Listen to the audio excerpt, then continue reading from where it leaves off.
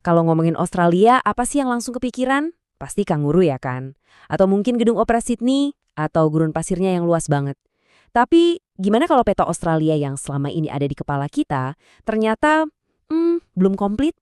Ternyata ada cerita geologis yang jauh lebih besar, dan jujur aja, lebih seru di baliknya. Oke, mari kita mulai bedah satu persatu.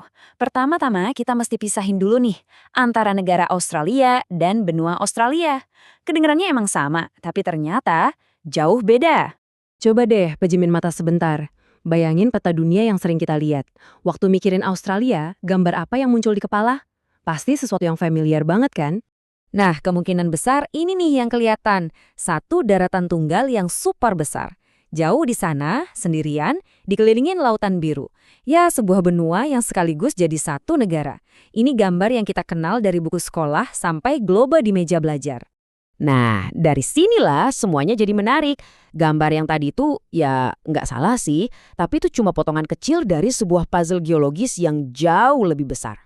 Sekarang, ayo kita geser sedikit dari peta yang biasa. Kenalan yuk sama nama yang mungkin masih asing di telinga. Sahul. Ini dia nama asli dari benua Australia yang sebenarnya. Jadi, Sahul itu apa sih? Gampangnya gini. Sahul itu satu lempeng benua tunggal yang nyambungin daratan utama Australia sama pulau-pulau raksasa di sekitarnya, yaitu Pulau Papua di utara sama Tasmania di selatan. Jadi ini bukan tiga daratan terpisah, tapi satu kesatuan geologis.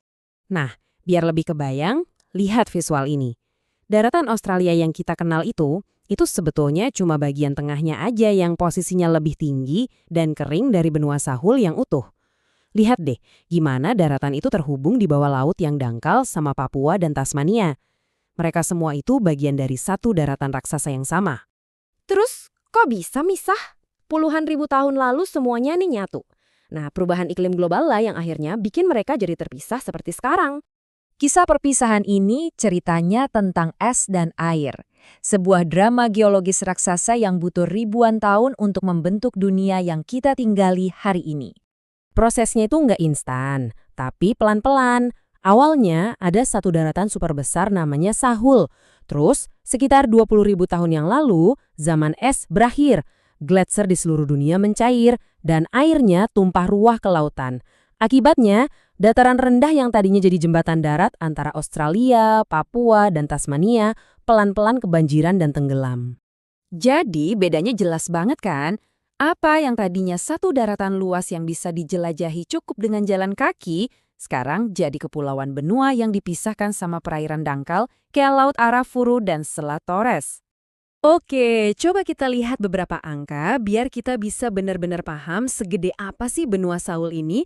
Angka-angka ini beneran bantu kita buat dapat perspektif yang pas. Nah, yang menarik banget dari sini adalah cakupannya. Luas totalnya itu hampir 9 juta kilometer persegi. Populasinya sekitar 38 juta orang, dan yang paling penting, benua ini mencakup wilayah dari 3 negara. Australia, Papua Nugini, dan sebagian Indonesia di Pulau Papua. Coba kita fokus ke angka ini sebentar. Hampir 9 juta kilometer persegi. Biar ada gambaran ya, luas segitu tuh hampir sama dengan seluruh daratan Amerika Serikat atau Tiongkok. Gede banget. Jadi, walaupun secara teknis ini benua terkecil di dunia, kita tetap ngomongin daratan yang skalanya, wow, masif banget. Dan benua ini bukan cuma soal 3 daratan utama tadi loh, tapi juga mencakup gugusan-gugusan pulau yang ada di atas lempeng benua yang sama, misalnya Kepulauan Aru di Indonesia. Terus ada juga Kepulauan Ashmore, Cartier, dan Laut Koral. Jadi setelah tahu semua ini, apa nih inti pelajarannya? Ini semua tentang cara kita memandang dunia dan peta yang kita pikir kita sudah hafal luar kepala. Nah, ini dia poin utamanya. Lain kali kalau ada yang bilang benua Australia, secara teknis itu harusnya merujuk ke Sahul, bukan cuma negara yang benderanya bintang selatan itu. Ini jadi pengingat buat kita bahwa batas-batas geografis yang kita lihat sekarang itu nggak abadi. Semuanya itu hasil dari sejarah iklim dan geologi planet kita yang super dinamis. Peta yang kita punya hari ini itu cuma ibarat satu foto sesaat dalam album sejarah bumi yang tebal banget. Dan ini membawa kita ke sebuah pertanyaan terakhir. Ternyata, Sahul bukan satu-satunya benua yang hilang. Ada juga Zelandia di dekat Selandia Baru, atau Sundaland yang dulu menyatukan Asia Tenggara.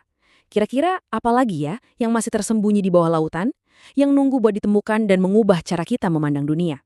Terima kasih sudah menyimak.